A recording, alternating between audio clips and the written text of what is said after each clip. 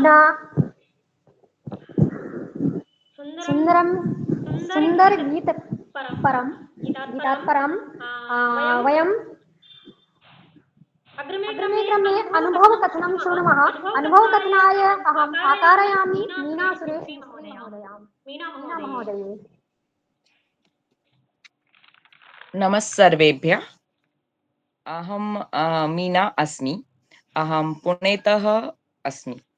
गत सार्धवर्षद्वयतः अहम् उत्तरप्रदेश संस्कृतसंस्थानतः संस्कृतं प्रतिमासं पठामि।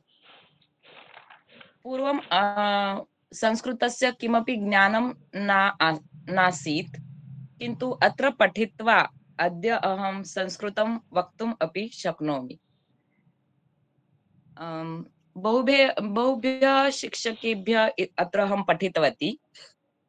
स्तरद्वयोः अहं पठितवती। इदानीं प्रतीक्षा अस्ति तृतीयस्तरस्य। उत्तरप्रदेश संस्कृत संस्थानस्य कृते बहु कृतज्ञता अस्ति। गृहं स्थित्वा एव जनाः अत्र संस्कृतं पठितुं शक्नुवन्ति।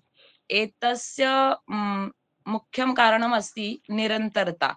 प्रतिमासं 20 दिनानि कक्षा प्रचलन्ति। एतदेव तस्य मुख्यं कारणम् अस्ति।